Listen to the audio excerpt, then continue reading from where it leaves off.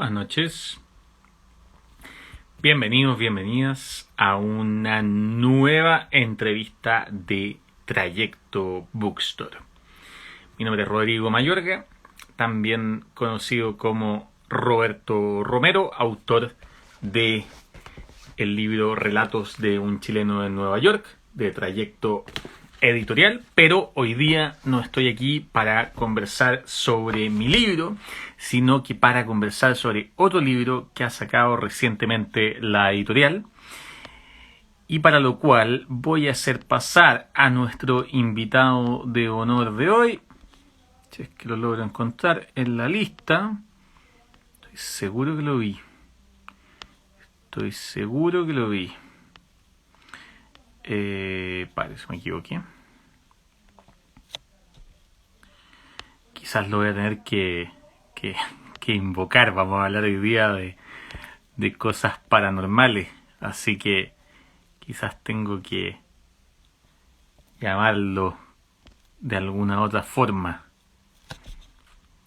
Vamos a ver. Vamos a buscarlo. Austral. Ahí está. Vamos a la invitación. Esperando que se nos una. Cualquier segundo. 3, 2, 1. Hola, hola, Rodrigo, ¿me veo? ¿Sí? Hola Agustín, ¿cómo estás? Bien, ¿y tú cómo estás?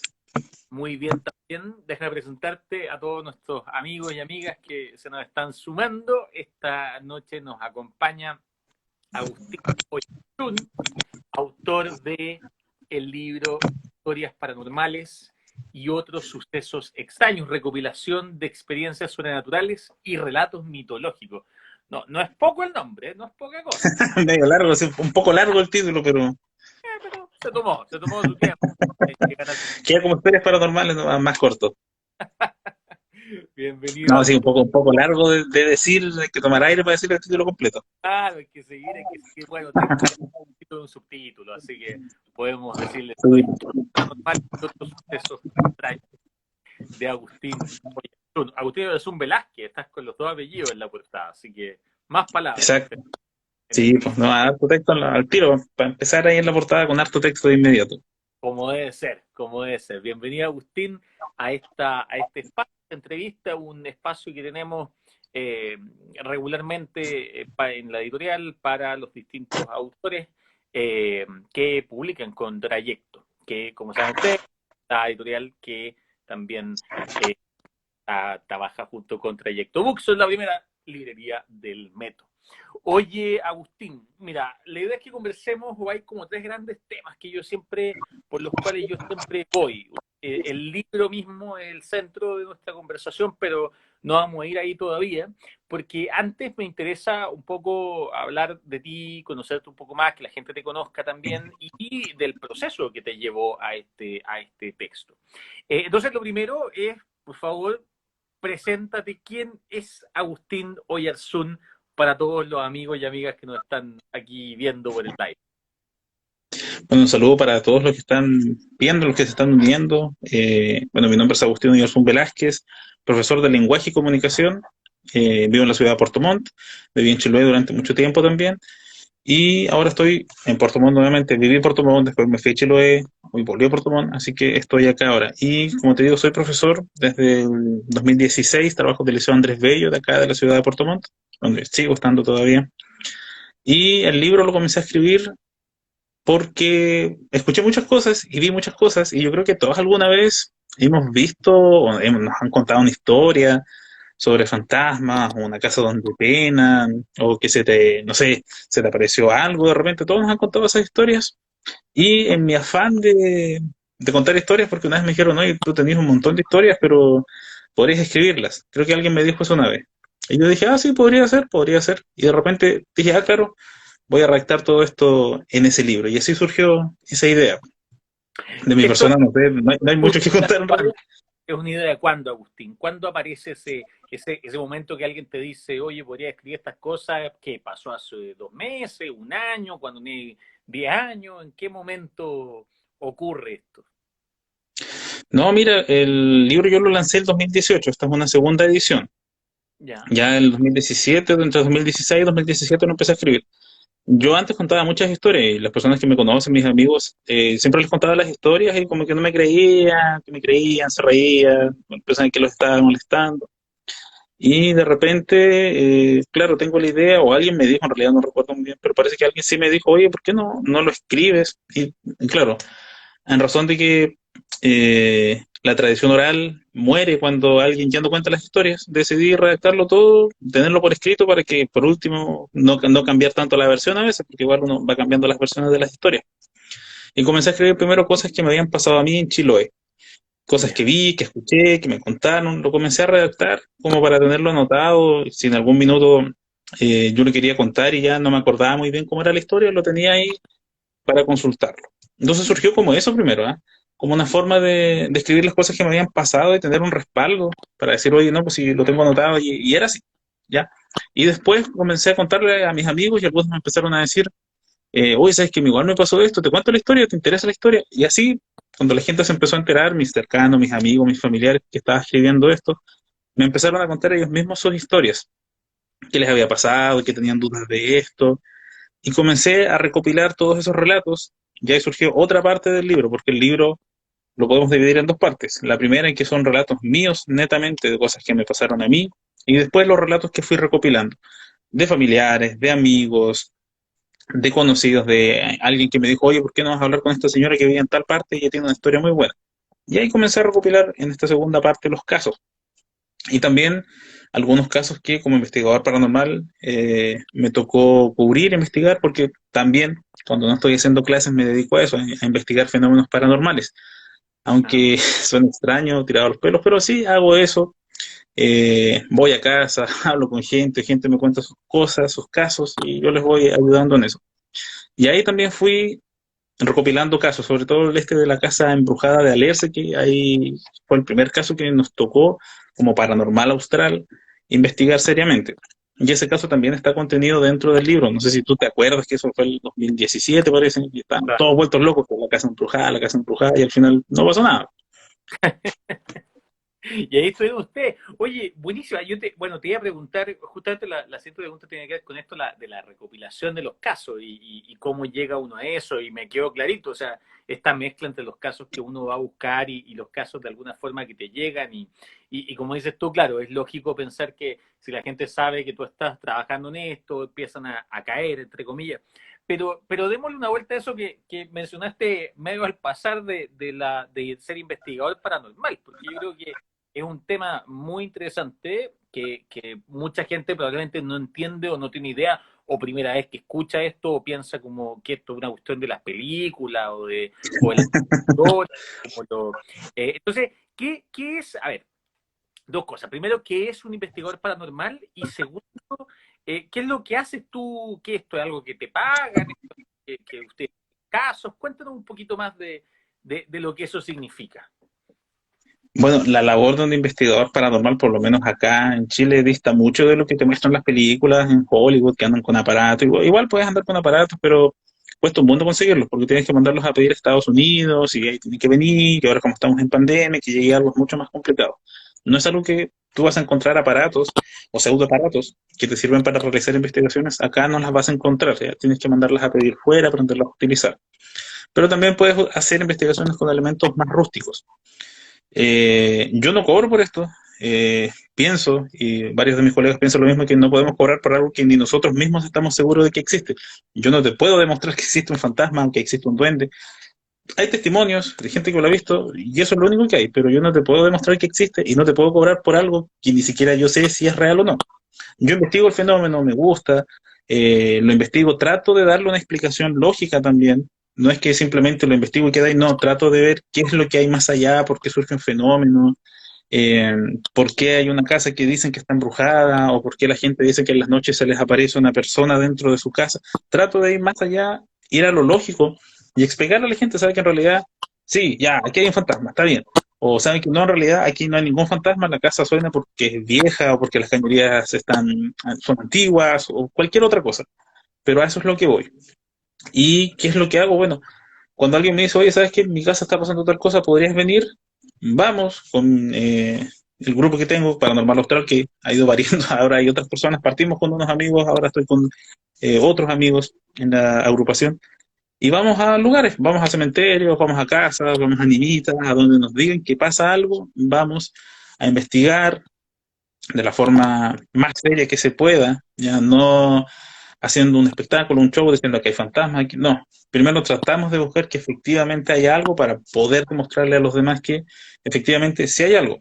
Y como te digo, la gente que necesita ayuda, acá en Puerto Montt, porque yo soy de Puerto Montt, me pregunta, me dice, oye, ¿puedo conversar contigo? Me pasa tal cosa, ¿puedes venir? Y yo puedo ir, no tengo ningún problema. Lo único que pedimos nosotros a cambio es poder grabar o poder dejar registro de lo que nosotros estamos haciendo. Es lo único que nosotros solicitamos. Perfecto. Ya que la gente nos dé autorización para grabar, para dejar en evidencia que efectivamente pasa algo o que efectivamente no pasa nada. Porque la labor como investigador paranormal no es solamente buscar fantasmas y duendes y brujos, no. Nuestra labor es demostrar que el fenómeno es real y si no es real, bueno, seguiremos investigando hasta que encontremos un caso que a nosotros nos valide. Pero mientras, y hemos encontrado varios igual, ¿eh? No es que no hayamos encontrado ninguno, hemos encontrado un par de casos bastante buenos. Pero es eso, siempre ir buscando los casos, documentándolos, tener la evidencia para que cuando alguien diga, ya, ¿y qué es lo que han hecho? ¿Qué es lo que tienen? Eh, Está esto, ya aquí está nuestra evidencia, que está nuestro trabajo, esto es lo que nosotros hacemos de la forma más seria que se pueda. Pero en las películas, en las series, siempre como que tienden a exagerar, a mostrar, o los casos, lo típico es el tema de los cazafantasmas, con los Claro, trajes blancos. Uno se queda con esa imagen, pero en realidad dista mucho de eso, ¿eh? Aunque hay investigadores que sí se arman un personaje, lo cual no creo que esté mal, pero sí, pues se arman un personaje, una idea y todo, y un aparataje de fondo para realizar estas investigaciones, pero no, yo trato de ser más sencillo, de ir directamente a ver si hay algo o no hay algo, y perfecto. explicarlo, obviamente. Perfecto. Oye, Agustín, por ahí nos preguntan, bueno, esto siempre yo lo aviso, abajo hay para todos que nos están viendo y acompañando, abajo hay un signo de interrogación donde ustedes pueden dejar sus preguntas para que no se pierdan en el chat y las podamos poner en pantalla. Pero nos preguntan igual en el chat, y pasar una pregunta que, a propósito de esto que estábamos conversando, que es como alguien parece se interesó, se quiere sumar a Paranormal Austral ahí, pero estaba preguntando cómo se introduce la gente en este mundo de la investigación. ¿Hay escuelas, hay algún taller, hay algún curso? Y de alguna manera yo también esa pregunta la tomo y te lo pregunto a ti también. ¿Cómo te introduciste tú en este mundo? ¿Tú fundaste esta organización? ¿Por qué? Cuéntanos un poquito quizás cómo llega alguien a ser un investigador o investigadora paranormal. Mira, la otra vez, conversando con los amigos de Dilema Paranormal Chile, me hicieron la misma pregunta, o sea, ¿cómo uno llega a este mundo de lo paranormal? Y yo les dije, la respuesta fue, yo me interesé porque viendo los videos de Salfate, te puede dar risa o no, pero si nos damos cuenta, Salfate ya puede ser una figura que nosotros cuestionemos de la credibilidad de las cosas que muestra, o a veces las exagera, pero es tal vez el único, fue el único referente en su momento que de verdad mostraba cosas en la tele que uno lo hacían pensar, ir más allá y buscar si era verdad o no. Entonces me empezó a interesar por ese lado, porque, voy a buscar ese video que mostró porque pensaba yo, en realidad me parece que no es real, entonces lo buscaba y ya me empezó a interesar ya más la investigación en profundidad. Pero antes, cuando yo viví en Chiloé, vi cosas muy raras, vi animales que aparecían y desaparecían de la nada, escuché que me llamaban en medio del bosque sin que no había nadie. Vi un par de, no sé si llaman de espectros o figuras a mitad de la noche, pero tal vez lo más increíble que me pasó alguna vez y que todavía no me puedo explicar, es que cuando llegamos a Chiloé, llegamos a una casa en el campo que estaba abandonada hace mucho tiempo, bueno, no había nadie habitando en ese lugar hace muchos años, y la casa estuvo sola. Y ya, llegamos, nos instalamos, y en la noche, aproximadamente a las 9 10 de la noche, alguien llegó a tocar a la puerta. Imagínate tú estando en el campo, sin luz, o sea, sin postes de luz, solo iluminados con la luz de la luna, que alguien llegue a tocar a tu puerta, así, en medio de la nada, ¿ya? No es algo como acá que puede llegar alguien en la noche pidiendo ayuda. ¿Vale? Pero llegó alguien, tocó la puerta, tocó la puerta, tocó la puerta, y nosotros pensamos, ya que cosa que raro, mi mamá, mi papá y yo, los tres escuchamos esto, no es solamente que yo lo escuché o me lo imaginé, yo tenía como, ¿cuánto tendría? 9, 10 años, más o menos, y tocaban la puerta, y como nadie abrió, nadie atendió, esta persona, que nadie sabía que estaba en la puerta, comenzó a patear la puerta, pero te juro, pateó la puerta, y se escuchaban las patadas hasta que, de tanto patear la puerta, logró que se abra, y sonó el golpe de la puerta, ya que la puerta se golpeó con la pared, rebotó. Escuchamos que alguien entró a la cocina de la casa, porque entró por ahí, y que abrió la despensa, agarró los platos y los empezó a tirar. Y te juro, los tres escuchamos eso, mi madre, mi padre y yo, los tres lo escuchamos. Y ya rompió todo, de vuelta a la silla, rompió las ventanas, y después se fue.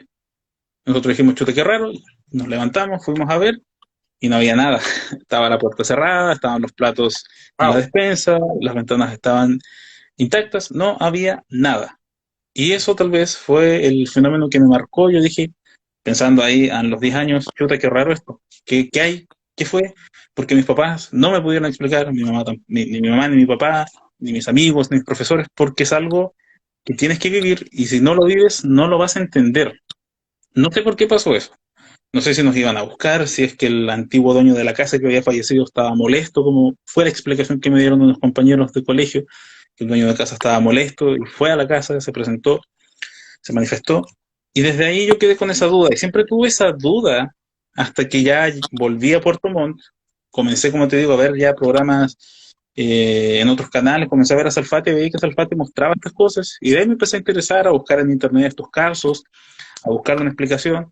Porque igual uno cuenta esas historias y muchas veces no te creen.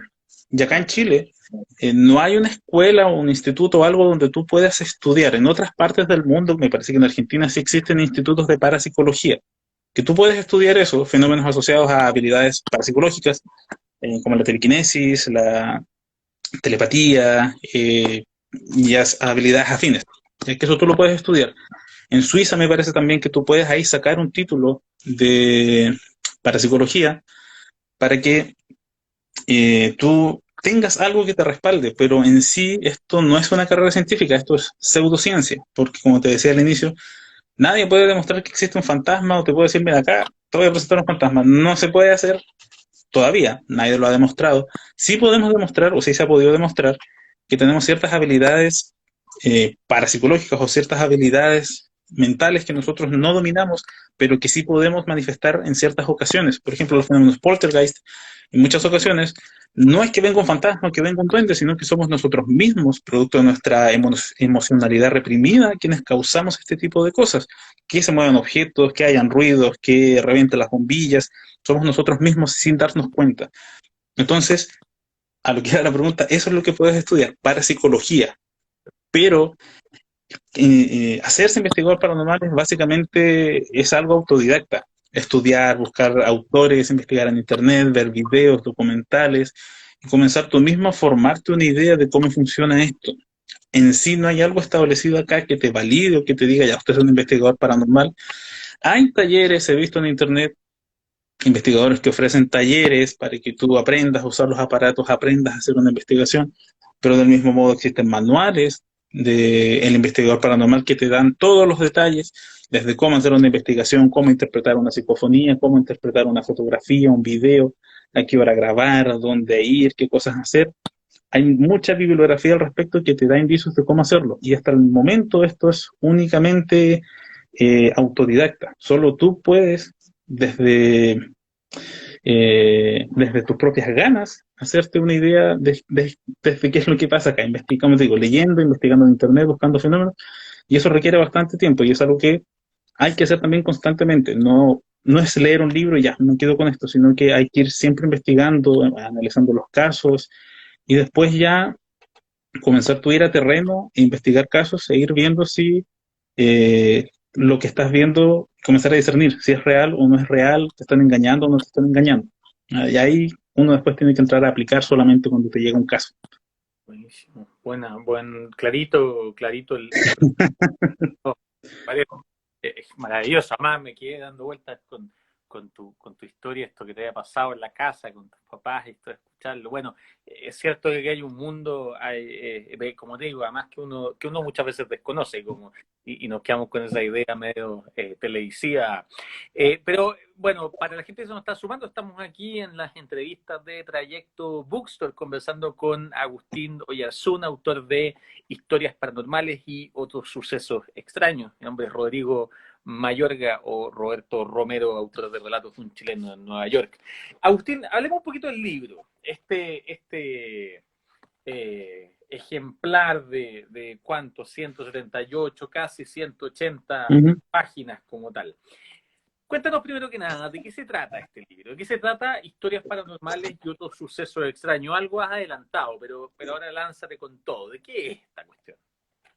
Mira, el título, como hablábamos al inicio, es un poco largo, pero es autoexplicativo, se explica por sí solo. Como dicen, historias paranormales, primero es eso, historias que nos han pasado, otros sucesos extraños, mitología, habilidades parapsicológicas, apariciones, casas embrujadas, y como hay visto también recopilación de otros sucesos. Va de eso. Primero son relatos personales de toda índole, pero también vas a encontrar con un apartado que son las habilidades parapsicológicas, lo que hablábamos delante, o las habilidades psicoquinéticas, que se supone nosotros tenemos, pero que no sabemos controlar y no podemos manejar. Entonces te vas encontrando con relatos de ese tipo y otras cosas que relacionadas con la mitología o algunos casos noticiosos, como te decía, el caso de la casa embrujada de Alerce, o también el caso de la guagua apocalíptica acá en Puerto Montt, que también está metido ahí. Y esos casos yo los cuento, pero a su vez también los voy explicando, así como te decía delante. Te cuento la historia, ya perfecto, en esta casa estaban penando y tal persona decía que se apareció un espíritu, un espectro, tal hora en tal parte. Entonces, yo hablo con las personas, las entrevisto y redacto tal cual lo que ellos me han contado, obviamente haciendo algunas correcciones, y transcribo la historia y después paso a explicarla. ¿Qué es lo que posiblemente puede haber sucedido en esta historia? Porque después la gente me va diciendo, no, en esta casa, no sé, falleció una persona antes de que el dueño anterior murió. Entonces, ¿qué es lo que dice la bibliografía de lo paranormal? Que cuando una persona muere súbitamente en un lugar, su espíritu queda rondando ahí. Entonces, probablemente la aparición que ellos veían estaba referido al antiguo dueño de la casa. ¿Y cómo se pueden, no sé si deshacer, pero cómo puede esta entidad desaparecer? Tratando de conversar con él, explicándole qué es lo que pasa. Hay diferentes formas de hacerlo, aunque suene extraño. Otras historias, no sé, referidos a apariciones de seres extraños, sobre todo en la noche de San Juan, que dicen que hay apariciones, que tienes que salir a buscar los tesoros, y el tema de que los entierros, que son estos tesoros que uno tiene que salir a buscar en la noche de San Juan, arden, literalmente salen llamas del suelo, y uno los puede ver, y supuestamente en ese lugar hay un tesoro escondido. Pero ¿qué es lo que pasa en realidad? Que sí, hay fuego, aunque suene raro, hay fuego, y la gente dice que alucina o que ve cosas porque las monedas antiguas, al llevar tanto tiempo sepultadas, comienzan a liberar un gas tóxico al ambiente y hasta al mezclarse, perdón, con el aire, claro, produce una llamarada. Y eso es lo que la gente veía y después lo atribuye a que el diablo puso esos entierros ahí. Entonces eso es lo que voy haciendo. Está la historia, pero también la voy explicando o voy tratando de darle una explicación sobre cuál es el fenómeno que nosotros estamos viendo o qué es lo que pudo haber pasado en ese minuto. Y también algunos casos que hicieron noticia, como decía, el caso de la guagua apocalíptica acá en Puerto Montt y el tema de la casa embrujada de Alerce, que también se lleva gran parte ahí del libro en la explicación, contando un poco cómo se detalló esto. Pero en sí, la esencia del libro es contar la historia y a la vez explicarle a la gente cuál es el fenómeno que estamos viendo ahí, tanto desde la perspectiva paranormal como de una perspectiva un poco más lógica también, porque todo tiene explicación al final. Perdóname, lo que pasa es que no podemos escuchar 3 o 4 veces guagua apocalíptica sin meternos en este tema. Es demasiado sabroso. Además, es un dato que me parece aún más como que te atrapa automáticamente. Y quizás es una buena forma que la gente pueda ir conociendo cómo funciona el libro. ¿De qué se trata ese caso? ¿Cuál es el testimonio ahí o lo que ustedes recogen? Y un poquito cuál fue el proceso también de meterse al caso, explicarlo. ¿Cómo sería eso como un Mira, ejemplo? ahí el relato en ese caso es básicamente lo que yo recordaba y lo que encontré en los recortes del diario de la época, que yo me acuerdo que la gente se volvió loca, que dijeron que nació una guagua, que en realidad era una masa, que esta guagua tenía tres ojos y que una de las enfermeras o tal vez la matrona, no se sabe muy bien, habría dicho, oye, pero qué fea la guagua. Y la guagua le habría dicho, más feo es lo que va a pasar en 2 semanas más. Y la guagua murió. Y también murió la matrona y murió la mamá. Y toda la gente se espantó y se comenzó a correr este rumor. Pero esa historia no es original de acá, de la zona. Viene desde Irlanda, desde el año 1600, me parece que ya se comenzó a contar esa historia. Entonces es una historia que comenzó a viajar y llegó acá. Primero llegó a Chillán, después se pasó a Chiloé y después terminó acá en Puerto Montt. Pero la historia es bien interesante porque se ha contado en varias partes de esta supuesta guagua que habla, pero ¿cuál es lo relevante? ¿Qué fue lo relevante? Que esto salió en los diarios y también me acuerdo yo que salió en la televisión y lo mostraban como algo que pasó, como una noticia real. Porque la gente comenzó a hablar de esto, se comenzó por el boca a boca de que, oye, en el hospital base nació una guagua y la guagua dijo que creo que era el 20 de mayo va a pasar algo y la guagua lo dijo y la gente se asustó. Y claro, dio la casualidad que por esa fecha sí pasaron algunas cosas que cuento ahí en el libro, como, no sé, pues unos terremotos, o perdón, un terremoto en varias regiones del país, unas avionetas que se estrellaron en la misma fecha, la marea roja que llegó acá a la zona y la gente también lo comenzó a tomar un poco de temor. En Curicó me parece mucho que cayeron unos granizos del tamaño de unas pelotas de ping-pong, pero así en un 2x3 de repente comenzó a granizar y los granizos eran del tamaño de pelotas de ping-pong y se inundó toda la calle. Y Auti. eso es lo simpático tal vez de esa historia, que se dijo una fecha y parece que para esa fecha sí, sí pasó algo, pero tal vez no tan grave o tan feo como se especulaba. Perfecto, perfecto. Bueno, sí, yo la verdad es que me acordaba de la historia, pero en mi cabeza era como un chiste que alguien había contado. No sabía esto como esto que había De sido hecho, que había sacado la prensa, o sea, me parece fascinante. no, pues sí salió esto en la tele, en los diarios. Yo tengo porque ahora estoy escribiendo la segunda parte del libro. Y ahí, porque ya después tuve acceso, ya cuando después ya me empezaron a ubicar, me dieron permiso para entrar a la hemeroteca del diario Ñequihue, pude encontrar los recortes, saqué las fotografías de las notas, de las portadas del diario. Y eso, cuando saque la segunda parte del libro, lo voy a mostrar ahí, de cómo se cubrió esa noticia, que es curioso también por lo demás. Y lo que decías tú, había unos payasos que hacían ese chiste de la guagua, y no me acuerdo cómo se llaman estos payasos, pero había unos payasos que hacían un chiste con eso de la guagua. Y claro, de Claro, ahí uno se quedó con esa idea. como la historia de Will Smith y Einstein, como estas cosas que se empiezan a volver memes en estos Sí, días. pues. Pero como dices tú, no, es bien fascinante. Yo soy historiador, entonces estas conexiones de la fuente y todo el cuento me fascinan. Oye, bueno, hay un montón de historias en este libro Ujú. también. ¿Cuál es tu historia? No sé si la palabra para decirlo es favorita, pero ¿hay alguna en particular que te guste, que le tengáis algún recuerdo que a lo mejor tenga que ver con alguna experiencia que he tenido, no sé? Eh, Mira, la historia que me gusta es una que se llama La Casa Grande, que es una casa sobre un poltergeist, una posesión, como le quieras llamar, pero es buena la historia, tiene todo lo que tú te puedes encontrar en una película de terror, esta historia la tiene. Una familia vive en una casa con su abuela paterna, la abuela fallece y comienza a pasar un montón de cuestiones extrañas en la casa. La abuela fallece y a la semana sienten que en la pieza que estaba la abuela, alguien golpea la pared, alguien llama a las nietas por su nombre, siendo que en la pieza no había nadie. Y el mismo día que fallece la abuela, me he olvidado contar, llegó un pájaro, pero muy grande. Es decir, no podían, la gente quienes me contaron la historia, no podían dimensionar qué tan grande era este pájaro, pero era un pájaro muy grande. Y llegó a pararse frente a la ventana de la abuela, de la pieza de la abuela, y el pájaro se quedó ahí hasta que la señora murió. Y cuando la señora murió, el pájaro gritó, literalmente dio un grito y se fue. Y nunca más lo volvieron a ver. Y desde ahí comienzan a pasar muchas cosas extrañas a esta familia que no se ha separado hasta los días de hoy. Le siguen pasando cosas, pero en esa casa penaban, se movían los objetos, habían olores extraños, en la noche no se podían levantar, no podían dormir, tenían que dormir de día. Literalmente era una película de terror para ellos. La hermana menor o una de las hermanas menores tuvo una parálisis facial tan solo con 3 años, me parece que le dio una parálisis facial, se le cayó todo este lado de la cara y algo muy extraño le dijeron los médicos para una niña de su edad. cuando ellos salían de la casa, los vecinos les decían que ellos veían dentro de la casa que había gente que paseaba haciendo que no había nadie. Una vecina una vez le pregunta a la dueña de casa quién es esa señora que se pasea en el patio en la noche, y él le pregunta, ¿qué señora? Una señora que anda de negro, se pasea por el patio toda la noche y anda llorando. ¿Quién es? Y ellos no la habían visto nunca. Otra cosa que me contaban era que en la noche, y esta casa estaba en un cerro, tenía 2 pisos, estaba en un cerro.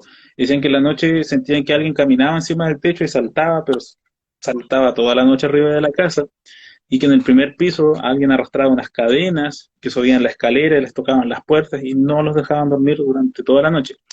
Y así tiene muchos otros detalles la historia, desde cuando ellos deciden vender la casa, porque más encima toman la decisión de vender la casa, y llega alguien y dice, yo le voy a comprar la casa, sin que ellos hayan puesto ningún aviso. Es como que estaban conversando, así como, oye, vendamos la casa, y apareció alguien en la puerta y le dijo, señora, yo le compro la casa, siendo una decisión que habían tomado recién. Los estafaron, no les entregaron la plata, les robaron las escrituras, se tuvieron que ir, y ahora en el lugar donde viven también les han pasado otras cosas. Entonces, la historia es bastante sabrosa, o no sé si decirle sabrosa, pero es bastante particular y es literalmente, como digo, una película de terror, porque todo lo que ha vivido esa familia desde que estaban ahí hasta donde están ahora es bastante impactante. Así que si tienen la oportunidad de leerlo, lean esa historia, es muy, muy buena, tiene muchos elementos distintos que la hacen ser muy diferente o que la hacen ser única dentro de todos los relatos que existen aparte dentro del libro en sí. Ah, sí, de hecho, mientras comentaba o sea, mientras lo contaba en los comentarios, libro Atenea comentaba esa historias brígidas, fue la que más me llamó la atención del libro. Efectivamente, hay algo que Sí. historia hay que leer. Llegó tarde, ¿ves? No estaba poniendo atención. No, es broma. ¿Cuál es el nombre de la historia de nuevo, Agustín? La casa grande, La Casa Grande, que es la que la está casa grande. la página 125, así de serviciales somos. Entramos a la Eso, página. si quieren asustarse la noche, quieren pasar la noche en vela, léanse esa historia porque de verdad van a quedar asustados. Yo cuando la escuché, porque a mí me la contaron, me la Comentan, contaron varias personas. leyendo de día, dicen por ahí. Sí, bueno, si dan susto estas cosas, claramente no debe ser el momento para leerlo la noche. Bueno, estamos No, con, porque dame un segundo aquí. Eh, Aquí hay una pregunta de Estropeado que tiene que ver con algo que yo también te quería preguntar, justamente a propósito de esto, porque es cierto, lo comentábamos al principio al hablar de cómo se llama el título, esta idea de la recopilación de experiencias sobrenaturales y relatos mitológicos. Es bien interesante esta mezcla, porque alguien podría decir, bueno, son dos cosas que tienen, no sé si la palabra es orígenes distintos, pero ujú. al menos ha sido tratado por la literatura tradicionalmente y muchas cosas. Y mucho de lo que hemos hablado hasta este momento tiene esto que ver con lo sobrenatural o lo más tradicionalmente entendido como paranormal, como los poltergeists, los fantasmas, las Ujú. posesiones, los lugares donde se pena. Cuéntame un poquito de esa otra parte más mitológica. ¿Cómo has abordado eso? ¿Qué cosas te has encontrado? Porque, digamos, a mí me da la impresión, y puedo estar súper equivocado en lo que te voy a decir, que la gente, hay gente, por supuesto, escéptica de todo. Pero hay gente que dice, sí, en realidad lo paranormal, yo puedo pensar, no tengo idea que hay después de la muerte, una serie de cosas, entonces estoy abierto a eso, pero cuando entramos ya, tú los has mencionado, al mundo de los brujos, de los duendes, como que la gente dice, no, eso sí que es fantasía. Entonces, ¿cómo ha sido ahí la experiencia, el trabajo con esa parte más mitológica? Mira, los mitos tienen su origen en base a que la gente no sabía qué pasaba antes, por qué caían rayos, porque hay truenos, porque llueve, porque hay terremotos. Como el hombre primitivo no sabía, no conocía estos fenómenos, comenzó a inventarse figuras que probablemente eran sus dioses, sus deidades, que eran demonios, que a ellos los venían a molestar y provocaban todo esto. Entonces después estas figuras van mutando y se van transformando en otras cosas, en los dioses olímpicos, por ejemplo, o en los dioses que tiene cada cultura indistintamente.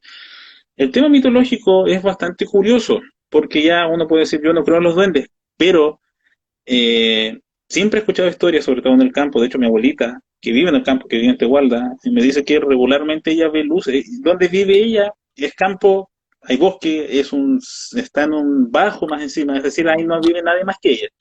Pero me dice que habitualmente en las noches, y esto también lo ha visto un tío que vive ahí, me dice que ven luces, que saltan de árbol en árbol, de árbol en árbol, árbol en árbol, perdón. Y varios vecinos también lo han visto. Entonces, si no son duendes, ¿qué cosas son? Porque tampoco son luciérnagas. Y son luces más o menos grandes que saltan de árbol en árbol. Después se tiran a la pampa, al campo, y se van moviendo, se acercan a la casa, los perros los espantan y se van. Son luces grandes, no sé qué serán. Pero ahí la gente les coloca que son duendes. Eh, Hay otras cosas que, por ejemplo, no sé, por estos perros que aparecen, que son muy grandes, estos perros negros que uno los asocia al diablo, también de dónde vienen, porque hay historias de gente que dice que son nocheros, gente que trabaja de noche tiene muchas historias de este tipo, que se cuenta que cuando aparecen estos perros negros gigantes, son representaciones del diablo, ¿ya? Y gente me ha contado esas historias que ellos están trabajando de noche y de repente, no sé, se les apareció un tremendo perro ahí en medio de la nada y los quedó mirando y el perro tenía los ojos rojos. ¿Qué es? Tampoco sabemos, pero le dan esa historia de mito o le dan ese revés de que es un mito. Lo que es más curioso es que cuando yo vivía en Chiloé, eh, que en esta parte para llegar donde yo vivía había que transitar un camino rural bastante largo, tenía muchas vueltas, y un día sucede que el camino se cortó, pero a la mitad, te juro, el camino hizo esto, se cortó, así, de la nada, sin que hubiese un terremoto, sin que hubiese nada, simplemente apareció cortado el camino.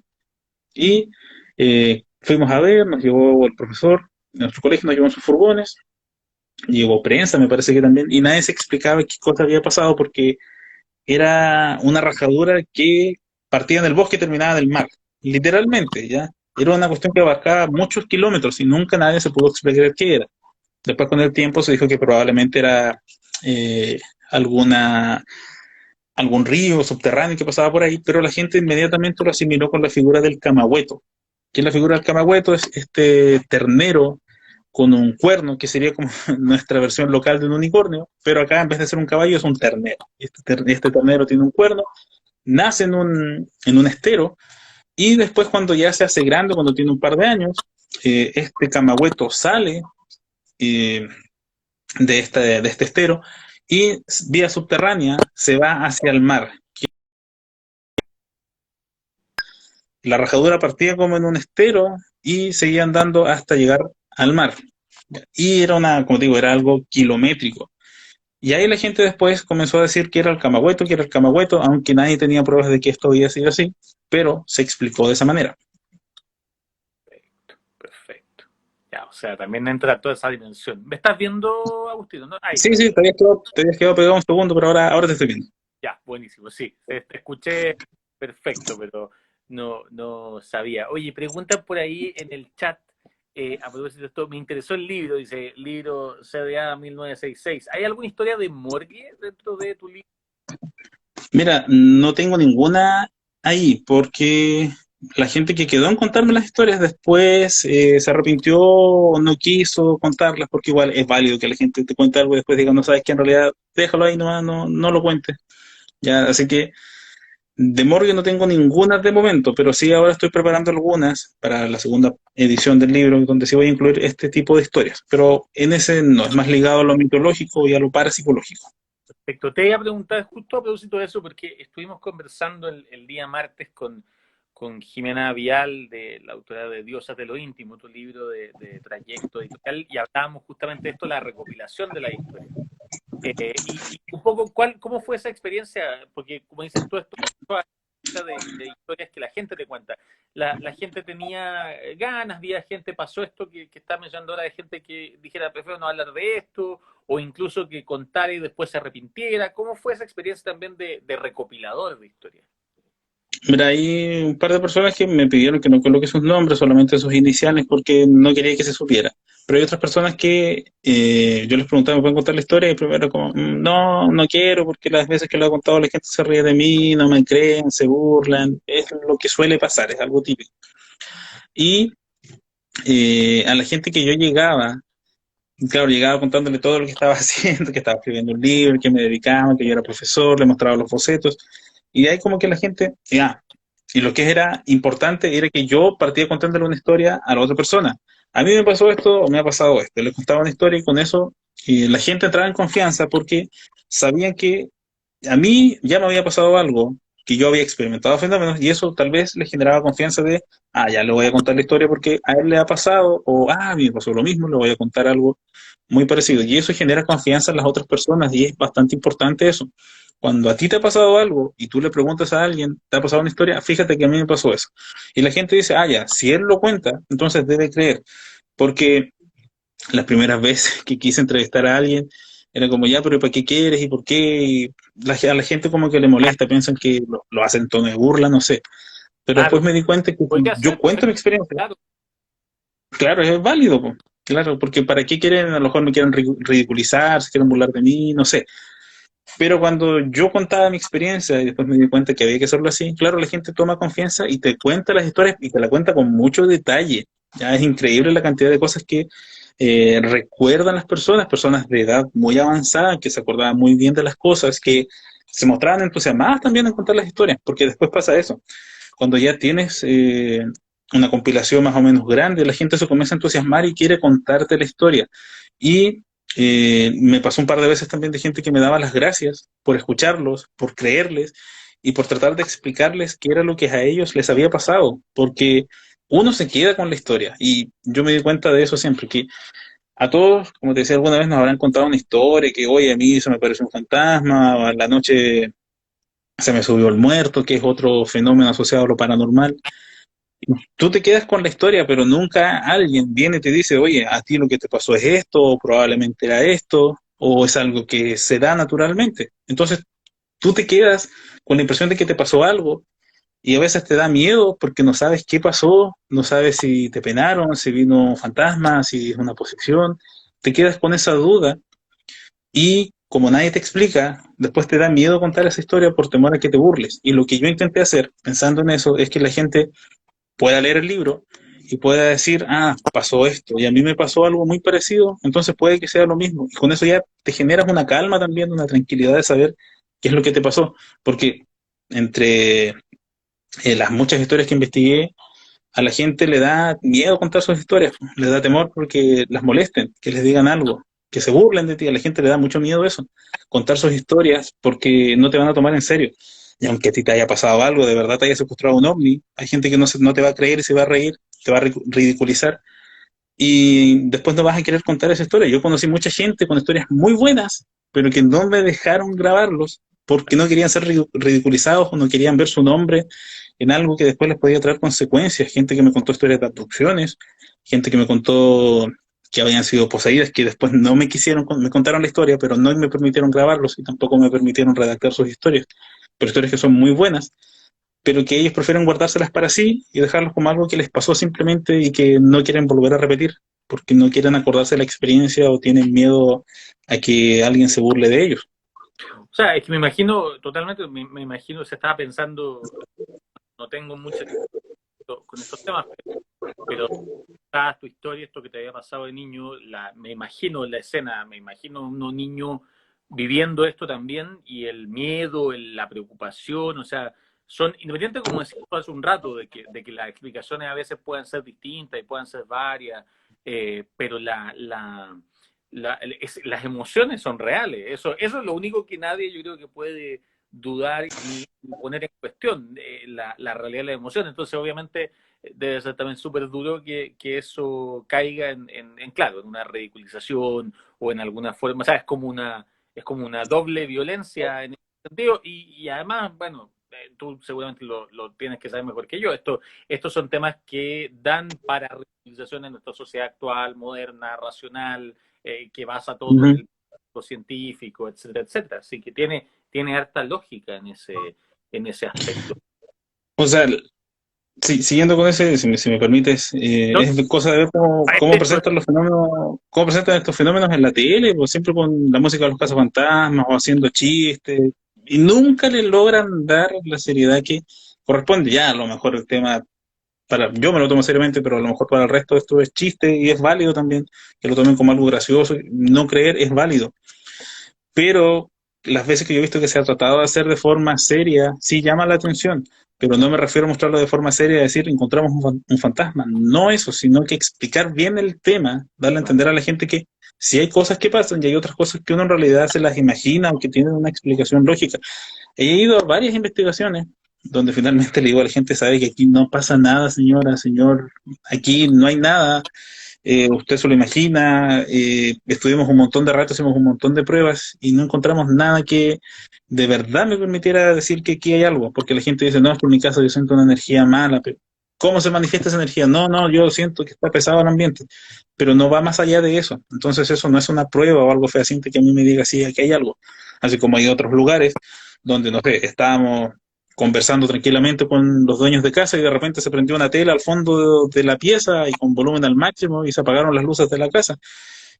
Y estábamos nosotros solamente, el equipo de investigación y los dueños de casa. Entonces ahí sí pasa algo, pero ¿cómo yo después le explico a esa persona que cómo deshacerse de eso si no sabemos bien si es algo bueno, si es algo malo? Porque si uno quiere hacer la investigación e intentar la comunicación con estos espíritus, seres, espectros, depende mucho si es que de verdad nosotros, o sea, lo personal yo creo que sí existen, hay cosas que no conocemos, pero tomar contacto con eso ya es más complejo, aunque existan personas que dicen que lo pueden hacer, yo lo pongo en duda porque no sabemos bien con qué es lo que estamos tratando.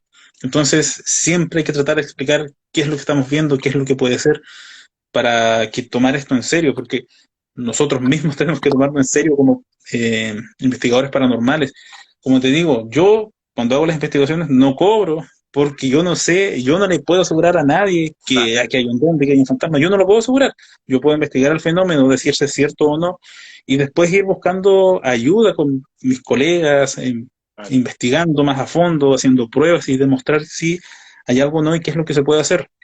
Pero hay que darle seriedad a esto, tratarlo bien y, volviendo al punto anterior, a la gente le da miedo contar sus historias porque eh, es el temor al ridículo, al que se burlen de ti y quedar mal, porque para ti a lo mejor de verdad fue impactante, de verdad te asustaste, pero si después alguien se ríe te vas a sentir mal porque chuta, a mí de verdad me pasó esto y no me toman en serio. No, totalmente, totalmente. Y al final tiene que ver con eso, con tomar en serio la experiencia de las otras personas también. Y es interesante también lo que planteas del no cobro, porque yo me imagino, bueno, una de las cosas que también puede eh, contribuir a perder esta seriedad puede ser, efectivamente, me imagino que es fácil el que aparezca algún charlatán que diga, oye, mira, sí, yo te arreglo esto, yo hago el problema, yo cobro, y que finalmente también sea el cuento del tío. Entonces, me parece que el no cobrar también es una forma de decir, demostrar. O sea, aquí, como dado que hay cosas que no se pueden demostrar, yo también estoy siendo súper claro con eso. Creo que es bien relevante dentro de esta comunidad o esta labor que están haciendo. Oye, Agustín, bueno, seguimos, ya vamos llegando a la última parte de la entrevista. Esto da para conversar mucho. Sí, No podemos quedar horas, yo estoy muy, muy interesado y la gente está en el chat también preguntando por cosas más específicas, pero me interesa, hay siempre un par de cosas con las que me gusta terminar. Uno es, bueno, ¿qué viene? ¿Cómo ha sido un poco la recepción del libro también? Tú contabas que tuvo una segunda edición, que ya había salido hace un tiempo, y cuáles son los planes. También has deslizado un par de veces en nuestra entrevista una nueva versión o una segunda parte, de qué se trata esto. Cuéntanos un poquito cómo ha sido la vida del libro después de publicado, que es distinto de cuando lo está escribiendo. claro, es muy distinto. Como te digo, yo lo lancé en 2018, tuvo una buena acogida, pero al inicio sí tuve temor porque estás hablando de algo, como te decía, que la gente no se lo toma en serio, lo toma para chiste, pero tuvo buena recepción, sobre todo porque acá en Puerto Montt, en la zona, porque son historias de la zona o de gente que vive acá en los alrededores y acá en el sur pasan muchas cosas. También hacia el norte en algunas partes específicamente, pero parece ser que acá al sur, sobre todo Chiloé, es donde más cosas transcurren y eso a la gente le gusta. A la gente le gustan las historias paranormales, le gusta escucharlas, leerlas, analizarlas. Eso llama mucho la atención. Y yo traté de redactarlas de la mejor forma posible. Ese año, claro, vendí todas las copias que tenía, regalé varias, eso sí, y las copias que tenía las vendí y tuvo muy buena recepción. Y después, con el tiempo, ya el año 2019, entre comillas, ingresé a Radio Bio Bio con un espacio en el trasnoche a las 2 de la mañana, literalmente trasnoche. Y ahí tengo un espacio y comencé a hacer publicidad, comencé a contar que yo había escrito un libro y mucha gente me empezó a preguntar que cuándo iba a sacar el libro nuevamente. Y este año, gracias a los benditos retiros del 10%, pude juntar la plata para volver a lanzar una nueva impresión de este libro, una nueva, otra tirada de textos, que le ha ido bastante bien. Lo personal se ha vendido bastante, la gente consulta habitualmente, me pregunta dónde lo puede conseguir. También tengo unas copias mías que también las vendo directamente acá en la zona. Y para la gente que lo compra en trayecto también, me han preguntado mucho, hay gente que me ha escrito, que lo ha leído, lo ha recibido muy, muy bien. Así que eso me tiene bastante feliz, porque quiere decir que a la gente le ha gustado, le ha llamado la atención. Y estoy escribiendo la segunda parte, ya con otros temas, historias de ovnis, historias referidas a qué entendemos por el bien y el mal, si es que existe realmente algo que sea el bien y el mal, porque también tuve la oportunidad de conversar con una señora que practica la sanación a distancia, que es una monje. No sé si tú conoces a los monjes Tupiara o has escuchado alguna vez de ellos. Sí, sí. Ya tuve la oportunidad de conversar con una señora que ella es una monje que practica esta sanación a distancia y que lo ha hecho y que ella pertenece a un templo en Brasil y que tiene muchos testimonios y mucha gente que la avala que de verdad ella realiza esto. Entonces esas historias también están contenidas acá. ¿Qué es lo que no entendemos? Y bueno, historias de fenómenos paranormales, que es lo que lleva el grueso del libro, de apariciones, de fantasmas, de duendes y también mucha historia ahora de ufología, de fenómenos ovni que algunas veces nosotros los separamos, otras veces lo tomamos como algún conjunto, pero también también pertenecen a estas historias que son paranormales o que son extrañas, que es la idea de este libro, recopilar historias que sean extrañas y tener algo donde poder consultarlas o verlas o leerlas o decir, ¿saben qué? A mí me pasó tal historia que es parecida a esta. O simplemente para que las personas después digan, porque también me di cuenta de eso, que la gente diga, mira, yo salí en un libro, mi historia está en un libro. Así que eso también hace que a la gente también le gusta eso, Sí, pues, que se puedan ver igual. en un libro, que fueron tomados en serio. Así que eso, estoy escribiendo la Claro. segunda parte y como estamos en pandemia, no puedo salir a terreno, porque para recopilar todas esas historias que hice, fui a terreno, viajé a, por ejemplo, lugares cercanos de acá, viajé a otras ciudades para recopilar historias de gente que tenía historias que quería ser parte del libro. Yo fui a terreno, conversé y hice todas las preguntas.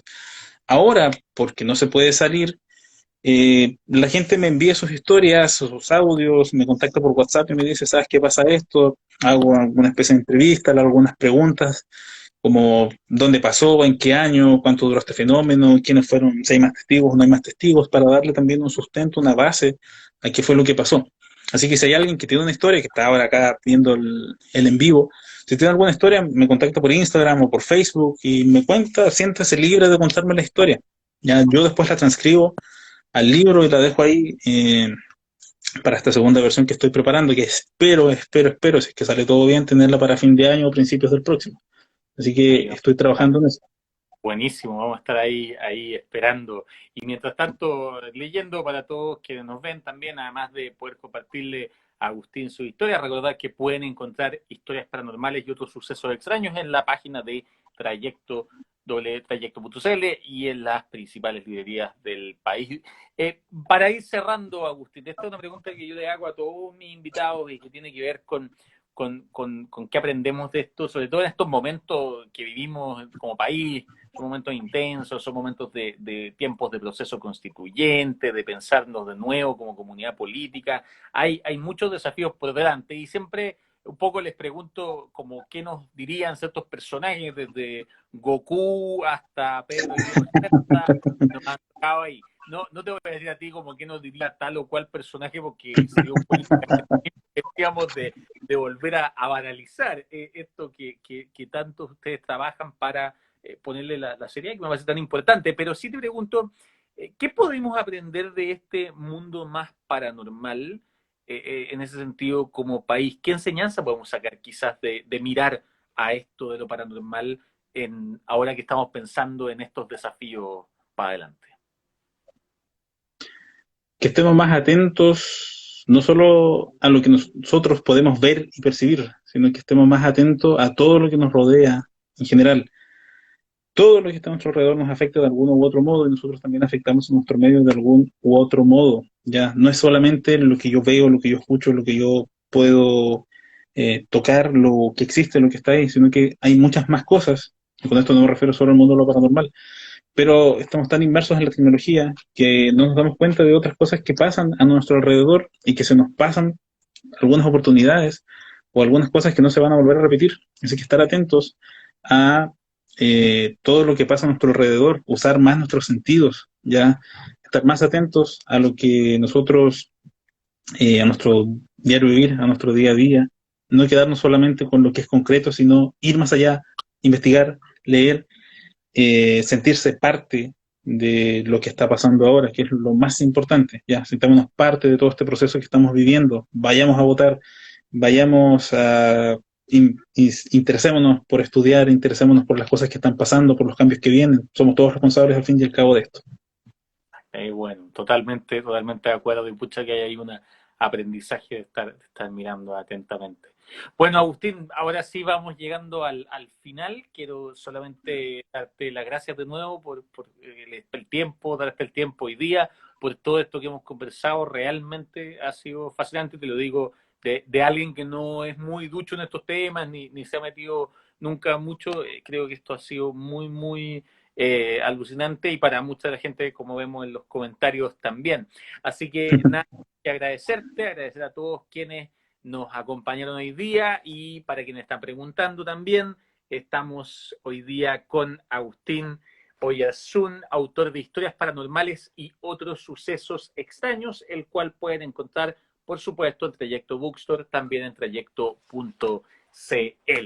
Y nos estaremos viendo en otras entrevistas más adelante, porque si algo sabemos es que los libros han sido declarados bienes esenciales, así que vamos a seguir. El proyecto no para de publicar, así que vamos a seguir leyéndonos y también conversando con los autores y las autoras detrás de esos libros.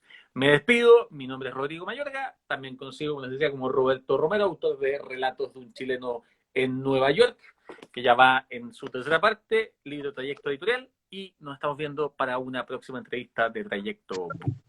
Chao, chao. Chao, gracias por la entrevista. Gracias, Trayecto, por el apoyo.